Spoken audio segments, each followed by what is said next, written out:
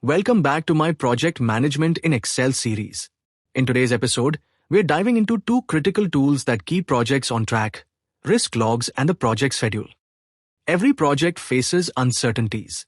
That's where a risk log comes in. It helps us identify potential problems before they happen, assess their impact, and plan responses. You can already see that using Excel for project management work is useful and easy, not a risky business at all.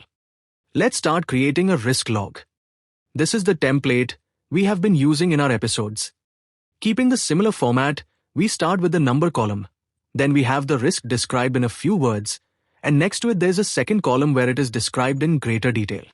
It is always efficient that you keep a short and simple title column and use a second field for all details which you may need to read once or twice. But after that you will not refer to every time you open the document. Then we have the severity and the probability of occurrence. There are many ways how to grade these. It can be a percentage 0 to 100, especially in the case of probability. If you go that way, however, make sure you have solid data and a professional data scientist to advise you on these numbers. If you are analyzing the risk of an earthquake destroying $1 billion construction project, you don't want to get these numbers wrong. Different options are also available for severity. For example, this can be measured in dollar amounts to estimate the damage on the company's revenue or profit that the risk can generate. Some projects require a comprehensive analysis. But in general, you can track the two with the simplest scale of low, medium, and high. Now configure your drop-down menu and add conditional formatting as we explained in previous episodes. Finally, in the last column we have the contingency and mitigation actions. This can be a free text column where you describe your plan of how to prepare for the risk and limit the danger, and then how to contain it once it manifests. If things are unmanageable, have your plan be ready. So that is how we create risk log. Finally, our RAID log document is created. We are now equipped to build the RAID log for our next project and adapt it according to our own way of working. You want to find out what happened with some of the logged events? Let's check them out. If you found it helpful, don't forget to hit that like button. It really helps the channel grow. And if you want to keep learning more about project management in Excel, make sure to subscribe and turn on the notification bell so you never miss an episode. We are building this community together, and your support means the world. If you'd like to go the extra mile, you can scan the QR code on the screen right now to support us directly. Every click, every subscribe, and every bit of support helps us bring you even more valuable content. So go ahead, like, subscribe, and scan the QR code to join us on this journey. So, back in office, let's see what happens with the dependency case first. The event was about the Singapore branch where the local team could not provide the exact employee names due to the other project running in parallel. The two project managers organize a meeting to discuss the point. The other project manager explains. There is this Lean Six Sigma project. Processes are being analyzed and after completion, names can be provided. Our project manager asks, Do you have any idea when this will be ready? Of course. I am using a work tracker to follow the progress. Here it is. We have completed about 80% and plan to be fully ready by the end of next week. This means we can provide the names on the following week. Is that okay? Yes, this will not be an issue for my project as long as we get the list of names by the given date. Our project manager updates the event in the RAID log. Next one, we have the case where the decision was stuck on the table of the Japan CFO. They reviewed the details. 3 licenses of $500 per year makes $1,500. The alternative with dedicating internal workforce seems to be less beneficial. I will confirm the preferred solution. Great. Let me close this item in the log. This was resolved, but in France the budget request was rejected. Let me focus on the already logged issue. The project manager organizes a meeting with Frank to understand better. Frank, what is the total cost? About $10,000. Oh really? That is much more than what was paid in Japan. What is the price per license? It's $500. This is the same as in Japan, so why is the total cost so different? Well, our contractor has 20 employees. The cost will be 20 times $500, which equals $10,000. Okay. But do all 20 employees need this license for the system?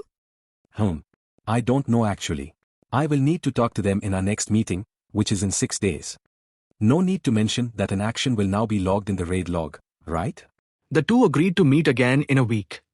In the next meeting, I have good news. It turned out only 5 employees will need this access. The total cost in this case is $2,500 and not $10,000. They inform the CFO after 2 days. The CFO confirms the budget is approved. Action is marked as completed in the RAID log. Great job, project manager. Your new skills of creating RAID logs and trackers and putting them into practice are building your project management profile. Keep up the good work. The next documents we will create in Excel are the project schedule and Gantt chart. We will use a high-level schedule for a theoretical project about a software development and its implementation. As usual, we start with the number column.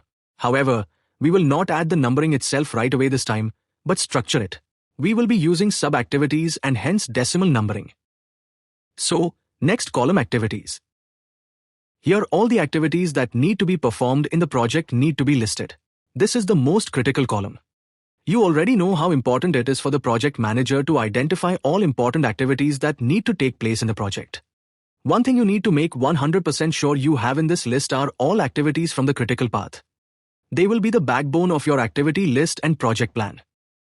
The main activities we will write here are requirements definition, project kickoff, system development, integration testing, user acceptance testing, rollout to business units, support period and project closure. We can consider those as the critical path. Then sub-activities and tasks have to be listed under some of these main items for greater detail. Note, we are keeping the sub-activities to the right so it's visually easy to understand they fall under the overall parent activity.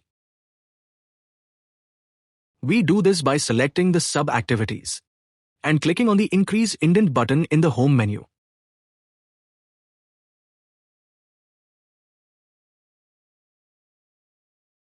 Now we can also update the numbering respectively and use decimal numbering for the sub-activities. Finally, I will put the main activities in bold so I can highlight their importance. We need to add the next fundamental columns for a schedule start and end dates. Then do the formatting of date. You know this already, so just fast forwarding.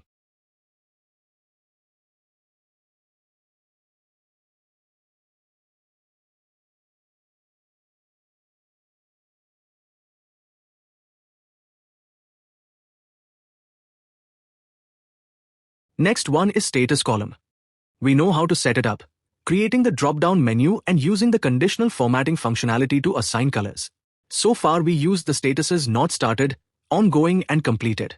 However, these options cannot tell us if the progress is normal, if there is a risk of delay or if it is already delayed. To track this aspect, project managers use the so-called RAG status, which stands for red, amber, green. Logically, red means the activity is delayed, amber flags there is risk not to achieve the due date, and green means work is progressing normally like a traffic light.